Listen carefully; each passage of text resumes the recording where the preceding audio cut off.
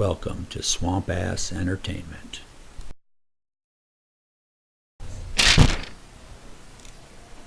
Okay, welcome back. I am going to try to debunk what could be a couple of scammers.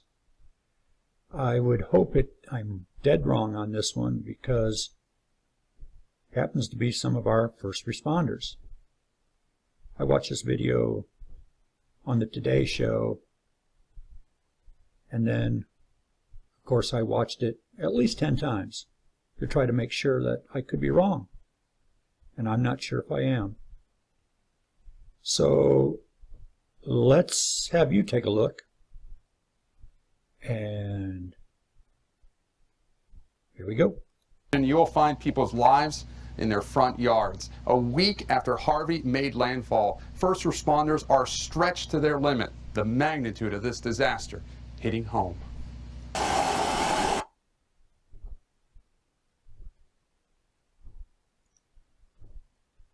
Okay, remember this scene a little bit later on in the video, because we're going to be back at the exact same place in a little while. Okay, let's move on. Stretched to their limit. The magnitude of this disaster hitting home. When Harvey roared through, they sprang into action. We have a lot of people that he's training and they're asking for help. Police officers, firefighters, the National Guard, first responders on the front lines of a catastrophe. Did you expect it to be this bad? No. Houston police officer Tim Whitaker has been working nonstop since Harvey hit. Okay, well, let's make no mistake about this. The first responders. Without those folks, we would be a bunch of lost idiots. When there's a catastrophe, we turn into a bunch of whiny, sniveling fools. And without those guys, we would probably all die. All right, let's move on. Wow. Yep. 2 years old, all gone. Now, volunteers are helping clean his house, ravaged by 3 feet of water. Has it sunk in yet for you? No. Okay, there's no question there was water in this guy's house. And I don't think it will for any of the first responders until they're able to get back to an 8-hour shift. More than 300 Houston police officers are displaced, so are at least 125 firefighters, many more outside the city. Being out there and seeing the devastation and destruction and catastrophe that's happened is very difficult to process. The long hours keeping this HPD officer away from home. So his young daughter had to wish him a happy birthday by phone. Sacrifice, part of the job. When you come to work, you have a duty to serve the citizens around you, and really, you have to put them first. Rob Hyatt was working a 24-hour shift when Harvey showed up. You know, you did everything you could, but at the same time, you feel like maybe you could have done more. Dana Brown and her husband. Okay. Kudos to our first responders. Except for these two right here. These are the two that have set me off on this whole video. Okay. They are throwing out perfectly good furniture. Why, I don't know.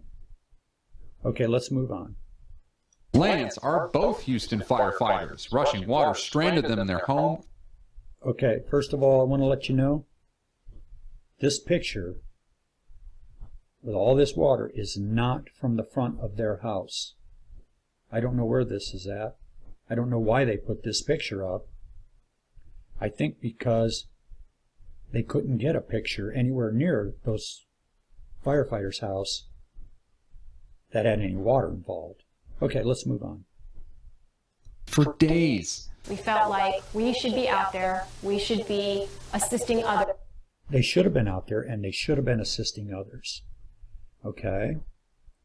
They claimed that they were trapped in their house for days. Excuse me. Okay, the first thing I want you to see is there's no water line on this wall. All the appliances are still plugged in, the light. This is a light, I think. Plugged in, all the lights are on in the house, everything's working fine. Look at the baseboard. Look at the baseboard, just pearly white. Perfectly white. There's nothing wrong with it. Doesn't look like it was ever dirty, ever underwater. I don't see any water line, mud line. Everybody knows when you get flooded, there's mud. There's water. Well, flood and water, I guess they go together now, don't they? Yeah, okay, let's move on. But we were stuck. This morning, they were and stuck. so many other first responders are grateful for the nation's support. As a first responder, it is humbling to ask for help It is humbling. because we usually give the help. And the problem is, why would you ask for help if you don't need it? Okay, they boarded up their house real nice for the hurricane, though. Look at that. Boards matched the circle tops and everything. Did a real good job. But you would see a water line on those boards. You would see a water line or a mud line in these bushes, some debris or something. The grass wouldn't even look this green. Look at the labels on this table. The bottom label, it's a manufacturer's label. Usually has a model number code, but it's usually a paper label. I've seen them on the bottom of our furniture a lot. If that table was standing in water, I don't think the label would have made it. All right, let's move on. Cops and firefighters have been arriving for... Okay, there's their house back there in the background. The outdoor lighting around the house looks really good. It's working. Doesn't look like it was ever knocked over. Floodwaters do a lot of damage. And the water usually doesn't just sit there. It's usually got a little bit of a current. Don't see any water line on this couch, or that love seat, or these chairs. Everything just looks pretty nice in this pile. I just don't understand it. From around the country to offer relief locally, unions are providing financial help. Now there's a real nice close-up. I still do not see one mark on this couch. Not one mark. There would be something there. There'd be a water line. There'd be a mud line. There would be something. All right, let's move on. And collecting donations, and they're also mourning the loss of HPD Sergeant Steve Perez, who drowned on his way to work. Kristen, most... Now that's sad. That's sad. That officer, he drowned in his car, got into some water and got trapped and couldn't get out. God rest his soul. Okay, let's move on. people run from disaster. These people run towards it. Indeed, Gabe said. Well, these people didn't run towards it. They just stayed in their house, and now they're looking to try to capitalize on FEMA loans. One thing most people don't understand and maybe don't realize, I know it because I've dealt with it. FEMA does not give away money. FEMA gives low-interest loans to help aid people in trouble. And it's usually around, right now it might be 1%, maybe 2%. I think I had a loan once for 3% when we had a lot of flood damage. But the thing about a FEMA loan is you have to prove you've had physical damage. And you also have to prove that you can pay it back. And these people, I think, needed a low-interest loan for something, maybe to get out from underneath high-interest credit cards or something. Who knows? Who cares? What I want to know is why these two people couldn't get to work and do what they were supposed to do, first responders, and why they threw all their perfectly good furniture out on the goddamn curb. I think somebody should investigate this. And I'll tell you what, this is not the first time that Today or Yahoo News has produced a video, of course for their own well-being, but didn't go through all of the efforts to check everything out. Don't you think he should have looked at that furniture and said, damn, why are you guys throwing this shit out?